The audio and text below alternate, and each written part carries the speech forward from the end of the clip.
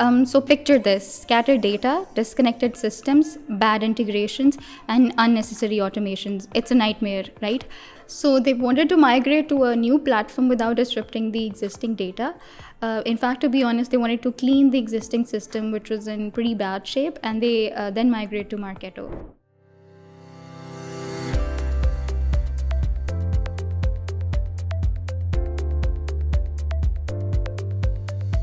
Hi everyone and welcome to this webinar. I am Rehman Mukarram, a Customer Success Manager at Xgrid. With me is Ayesha Kayani, who is a certified Marketo professional.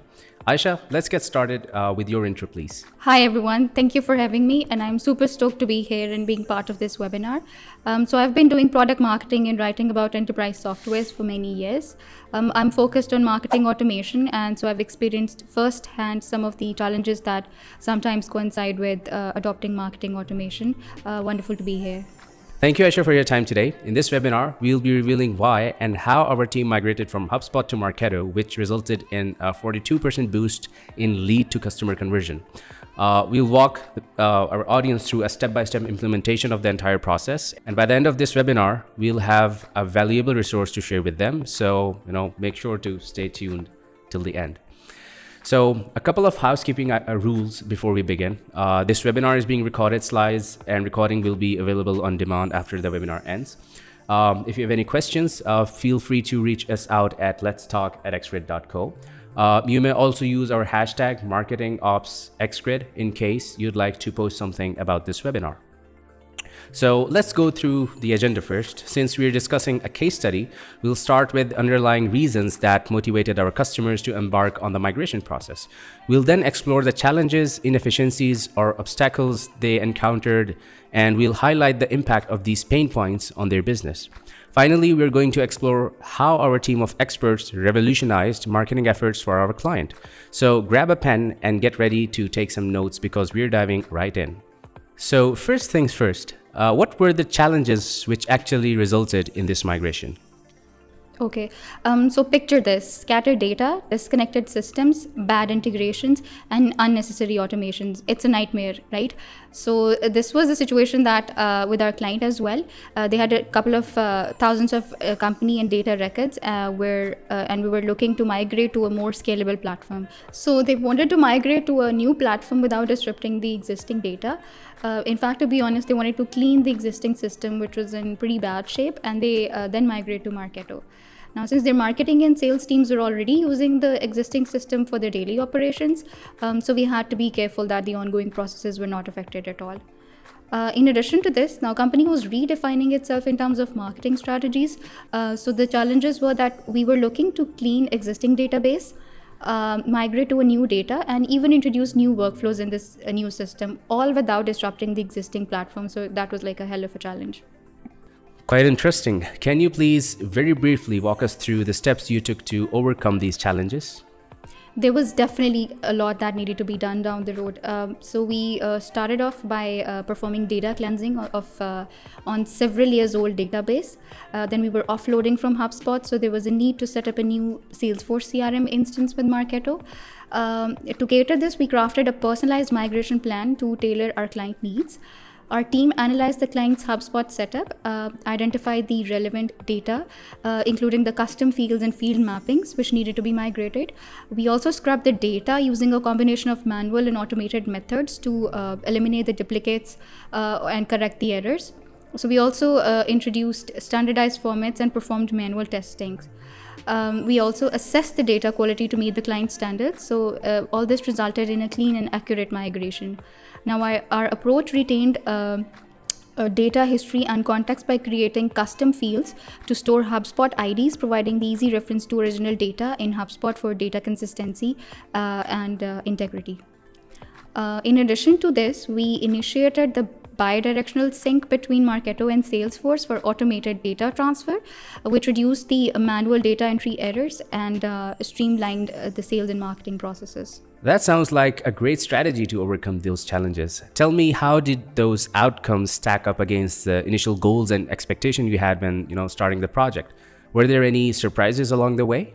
Well, there are lots of surprises involved whenever marketing and sales are working. But all jokes apart, since our customers was redefining their strategy, as well as it required a lot of back and forth discussion. So in these cases, communication is the key. So it's better to understand the problem first and then discuss some ground before implementing it. So we had series of discussions with our clients, and we also suggested our recommendations as well. In this way, we were able to pull it off in a smooth manner. We were not only able to migrate the system, but we streamlined the process and produced lots of training material around this to onboard our client's marketing team to make good use of Marketo. So you mentioned sales and marketing. It's quite interesting as some teams often seem to ignore the importance of their alignment when it comes to such implementations. Did you face any such challenge too? If so, how did you overcome? I'm actually glad you brought this up. Migration or setting up an instance is not a one-man job, and it requires a lot of cross-team coordination. So it is important to take into account all the stakeholders and to loop in the right people and define the responsibilities. So I feel like this is the first and the foremost step to define who you want to involve. Here, as we speak, 4 main departments were involved. Apart from marketing and sales, we needed to loop in folks from the web dev team for implementing the Marketo tracking code and to update the website forms from HubSpot to Marketo. We also needed their support on some of the email templates design. We also needed to bring in the IT administrators for SPF and DKIM configurations and setting up domain as well. So let's move on to the step-by-step implementation of this migration. How did you begin with it? Okay, so the most underrated thing is documentation. In order to migrate, we need to know what needs to be migrated. So we worked with our client to document the requirements and actually identify the components for migration. So we had lots of trackers for fields which needed to be migrated. In addition to this, we maintained a list of HubSpot forms where they were being used on the website so they could be replaced in the later stages. Now we had to understand the user roles and to keep track of the entire asset inventory, be it landing pages, invitation emails, or thank you emails. So yeah, documenting the instant is the most important thing to do for starting the process. And just a heads up, so obviously it's a very basic check, but while migrating or even setting up a new Marketo instance, you'll need admin access to perform most of the operations that we'll be discussing down the road. Similar to any other marketing tool, I believe Marketo has access management protocols too, right? Can you walk us through how one should set those up? Yes, user management is an important aspect of managing our Marketo platform effectively. We need to ensure that the right people have the appropriate access and permissions. Right. And what are some common roles that are typically assigned to users in Marketo, and how do those roles impact the user's access to the platform? Okay, so some of the default roles, as we've discussed, is the admin role, a standard role, or a web designer user, or the analytics user. So for us, for the admin access, like it's pretty self-explanatory that it's the master user with all the permissions. Then we have a standard user having all the access to all parts of the application except the admin section. Same goes for the marketing user as well. Then we have the web designer, which only has the web studio access only, and the analytics user only has the analytics access. Now you'll notice that I've mentioned that standard role and the marketing roles appear quite similar, and frankly speaking they are as well. The only difference is that a standard user is basically a system role, and system roles cannot be modified or deleted. All other roles beside the admin and standard role can be defined. Besides that, there is no other difference. So yeah, we did some of those roles. To create a new user in Marketo, start by logging into the platform and navigating to the admin section here in the top right corner. Here, you can see a users and roles section in the first tab. If you click on it, if you navigate to a new screen, here you can see the list of all the available users within the system. But in order to create a new user, click on this tab here in the top. This is going to be a recurring process for every time you want to create a new user in Marketo. So clicking on this navigates to a new window, and there are all the actions and various options up here to invite a new user. So you need to enter the email address, the name, first name, last name, and the reason for invitation, but that is optional. Also, you can set an expiration date just for the additional level of security for your instance. So you do not have to keep track of when the access expires. Hit next and it pops up a new screen where you'll have to choose a role, and there's a variety of pre-built system roles that come with the Marketo instance, and you can further customize these as needed. So here I am creating one for an admin user. As you can see, click next again and you get a preview of tokenized email that a person will receive, along with a link to log in Marketo for the first time and set their password. So in the end, you just hit send to invite the new user to Marketo. In my case, we already have an admin user, so I'm just gonna go ahead and cancel this. To view the roles, you can click on the roles tab and see the ones available. And you can create a new role by clicking on this icon here, where you can see a list of permission sets for the new role that you want to define. For instance, we mark the target account management tab for new role.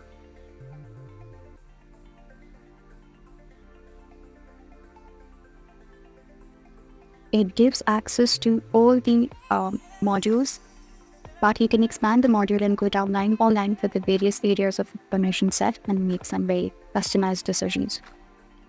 And once done, you can hit a create button to finish creating the role. So there are some people in the team that require multiple levels of access of user roles, right? Does Marketo allow you to assign multiple roles to a person? Or is there any best practice on how many roles should be assigned to a person? Yes. When a user has two conflicting roles assigned, Marketo will more often than not be more restrictive in its willingness to let the user perform the action if the other user role does not have the permissions to do the actions. Like we can take the example, for instance, a new user is assigned two user roles, each with a different permission. One user role has the ability to approve the email assets, and the other user role does not have that permission. In this case, Marketo may cause restrictive permission errors and restrict the user from being able to approve the email list. So there is not necessarily a limit to how many roles can be assigned to a user, and there's nothing prohibiting you from assigning multiple roles to a new user as well. However, it is recommended that users are invited with only one role assigned. And this resolution could be to tailor the user roles for the specific person or job position in mind. In Marketo, we hear a term being thrown a lot, which is smart campaigns. What are smart campaigns and how useful are they? Yes, so smart campaigns are Marketo Engage's most powerful feature to help us automate and optimize our marketing activities. So they basically allow you to configure and fine-tune the behavior and condition of your marketing campaigns. These settings determine how your campaigns are executed, who you want to target, or when would they be triggered. Now let's identify some areas where smart campaigns can make a significant impact. Since they're related to marketing campaigns, so we can set up a lead nurturing smart campaign to automatically send the targeted emails based on specific actions or behaviors. So we can also create smart campaigns to score leads and assign them to appropriate sales team members. That's interesting. Are there any guidelines or best practices while configuring the smart campaigns to avoid any mishaps? There is a feature in Marketo to limit the maximum number of people that can qualify for a smart campaign. This helps you to avoid accidentally emailing your whole database. So this applies only to the batch campaigns and the email programs. Now here I use the word batch campaigns, and you'll quite often see this word batch campaigns and the trigger campaigns within Marketo. So the batch campaigns are the ones which are sent to the massive amount, to for instance to qualify to basically set a qualifying rule. For instance, if I want to send out an email to the leads based in US, so that would be a batch campaign, whereas a trigger campaign is basically the ones which would be triggered by some action, for instance maybe a lead signing up any form or any such thing. Coming back to the campaign, so if the number of people that qualify to run through this smart campaign exceed that limit set, so it will not run. By default, if you configure this on the admin level, it applies to all the campaigns. This limit is applied to all the smart campaigns but can be overridden at any campaign level. So people often get annoyed when their inbox gets flooded with marketing emails. Is there any way you can avoid doing that in Marketo or set up some restrictions? That's actually a great point. So it's very important to not over communicate with your people. Setting communication limits will help prevent your organization from sending them too many emails or flooding their email boxes. So communication limit automatically applies to all the email engagement programs. It's like turning on the safety switch. Let's say if a lead interacts with your website or campaigns, is there a way to track the lead's entire activity? Yeah, so we do that by Munchkin, which is a valuable feature in Marketo, which allows us to track and capture the website visitor behavior and tie it back to our leads and contacts. So it helps us gain insights into how our leads are engaging with our website. Now, in order to associate the lead with the respective web data, Marketo works with its own Munchkin pixel, and we implemented Munchkin on the web pages. To start collecting the web data corresponding to the leads that include page views and date visited or URL paths or much more. So within Marketo Munchkin, you can turn this information into actionable data, and that will help you tailor your marketing efforts and drive better results.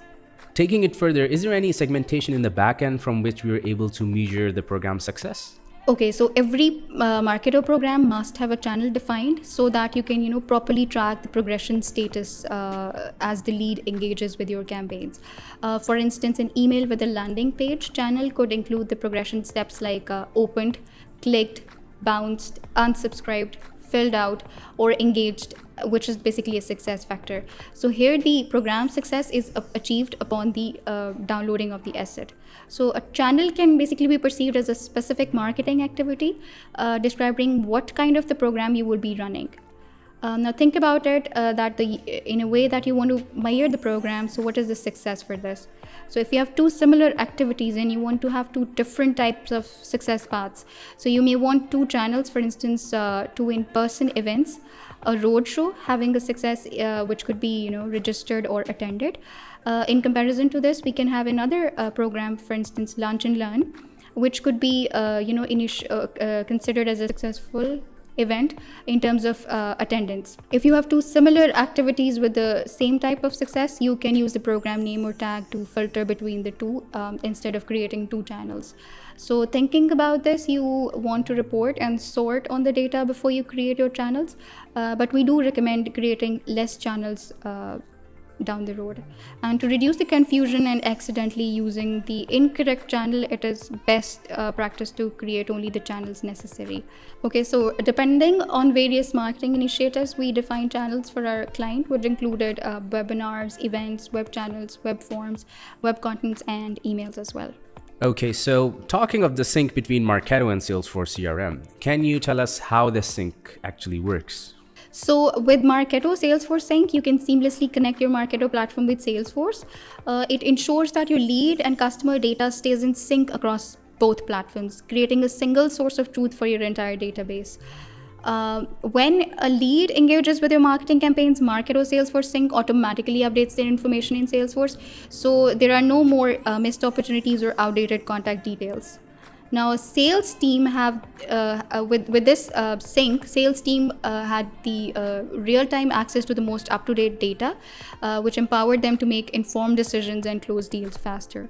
But it doesn't stop there. Marketo Salesforce Sync also allows you to pass valuable marketing data to Salesforce, enabling your sales team to see a complete picture of the lead's engagement history. They can easily view which campaigns influence the lead or what content they have interacted with and much more. So it's like a personalized dossier for each prospect right at their fingertips.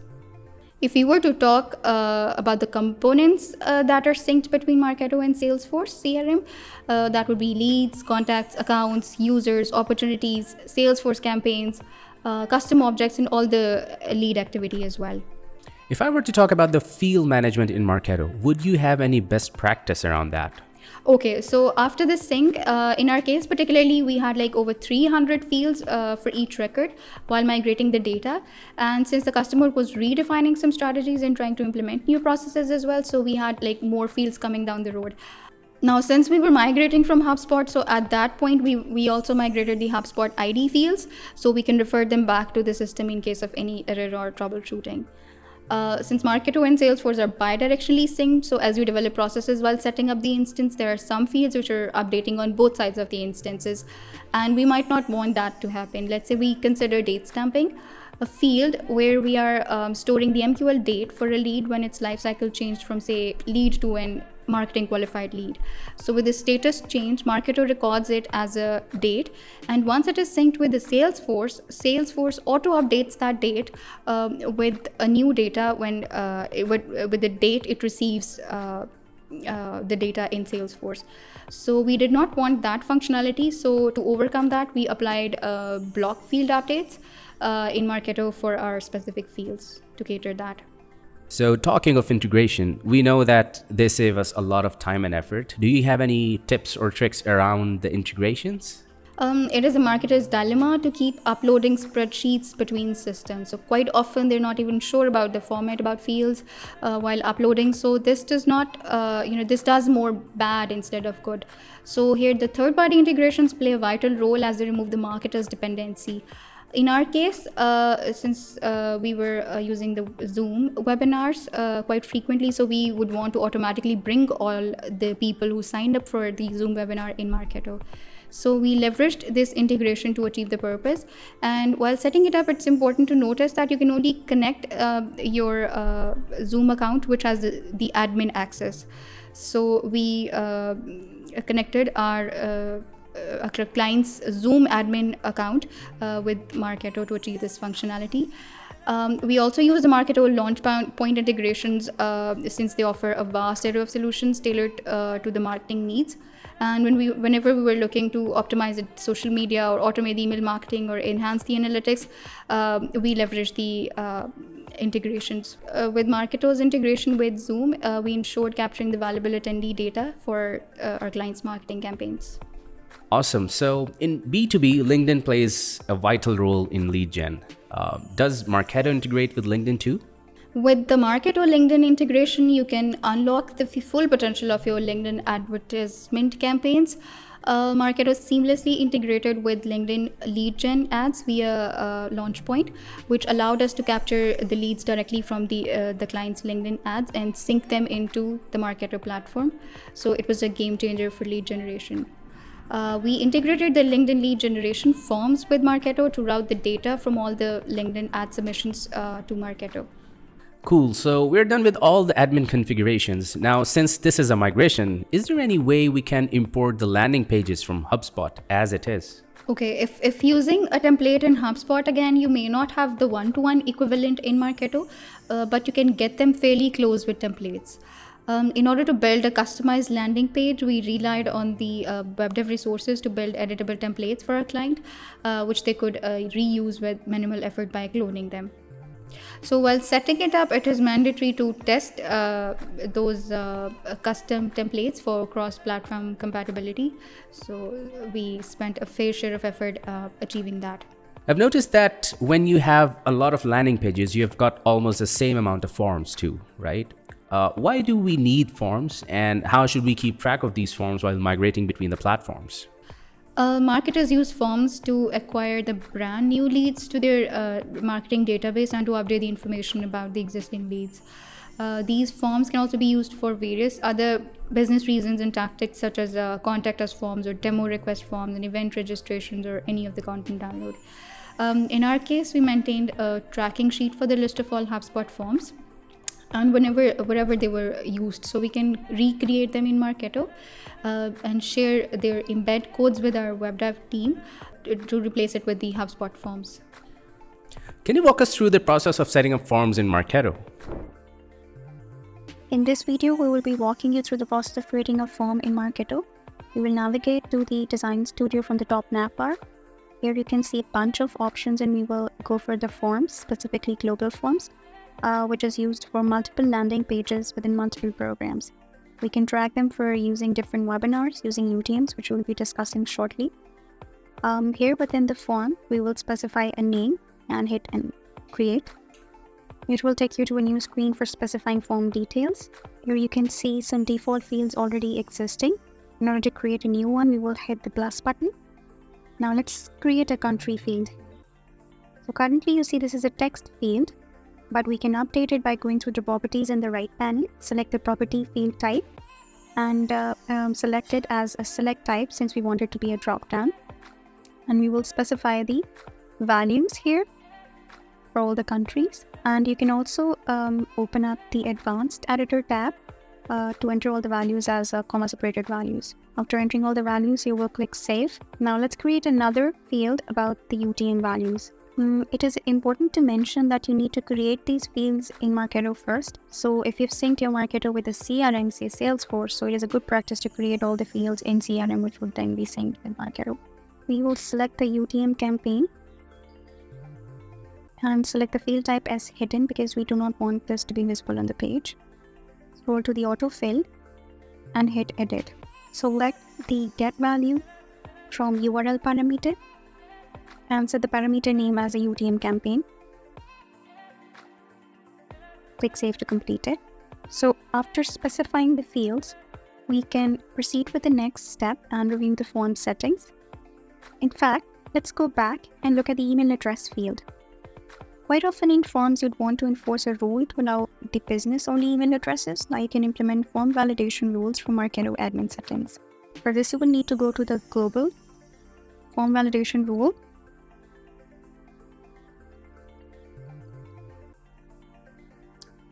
It contains a list of block-free consumer email domains. You can review it and mark the checkbox to activate it. And click the update to finish the process. Here we've already activated it, so we'll cancel. Okay, now going back to the form settings, you can select a form theme to set its layout on the landing page. Marketo offers some templates as well. You can click on settings icon to view the theme CSS or even edit it in your custom code.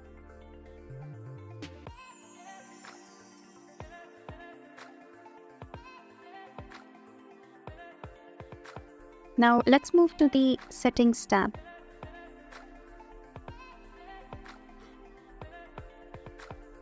Here you can see the global form validation and select enabled to apply this rule on the form. After the form submission, you can also define a follow-up page. So we can either set it to the same page or we can direct to an external link or maybe a new thank you landing page as well. At the end, just hit finish to complete the form creation process. And you have now created a form in Marketo. Okay, in addition to this, we also use these form responses for building up our smart campaigns. Now, form responses can be used as a trigger in a smart campaign. For the trigger campaigns that I had described earlier. So the form responses can also be used as filters in a smart campaign. For each form that is submitted, Marketo captures the additional information that can be used to further pinpoint the exact business scenario that we wanted to address using a given smart campaign. So we use the trigger dialogues to exactly pinpoint the criteria when the smart campaign was to be triggered. Here, some of the examples of these triggers could be, to limit specific values in a query string, or a specific client IP address range, or a specific referring web page. Within corresponding to the last component, that is the referring page. Here, it is worth mentioning the difference between the referrer constraint and the web page constraint. So a referrer constraint is used for the external web links, whereas if you are trying to reference the Marketo landing pages, so those URLs could be used with the web page constraint. So we're done with migrating the landing pages along the forms, but how do we migrate the emails? For text, the solution is as simple as copying and pasting email text from your HubSpot email into Marketo. But for images, we needed to download the images and upload them to the Marketo instance.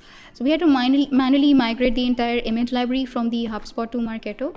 In addition to this, we also set up the dynamic content for the external personalization of the email efforts. So the end goal was to achieve, increased conversion rates for opens and clicks to help the target a certain defined criteria. Internally, instead of building like 20 different emails with different content, we leverage this dynamic portions to build a dynamic portion per segment and have it ready to go for the email sends and nurtures. So lead scoring is one of the most important part of marketing automation as well. How did you take care of it? Yes, I agree with you on this. Lead scoring is a very important component to assess the potential value of leads, based on their characteristics and behaviors. So we had series of discussions with our client to refine the existing criteria that they had and to redefine some of the new parameters. We implemented the lead scoring in Marketo by following a systematic approach. Okay, we assigned the point values to each criteria based on the importance in determining lead engagement.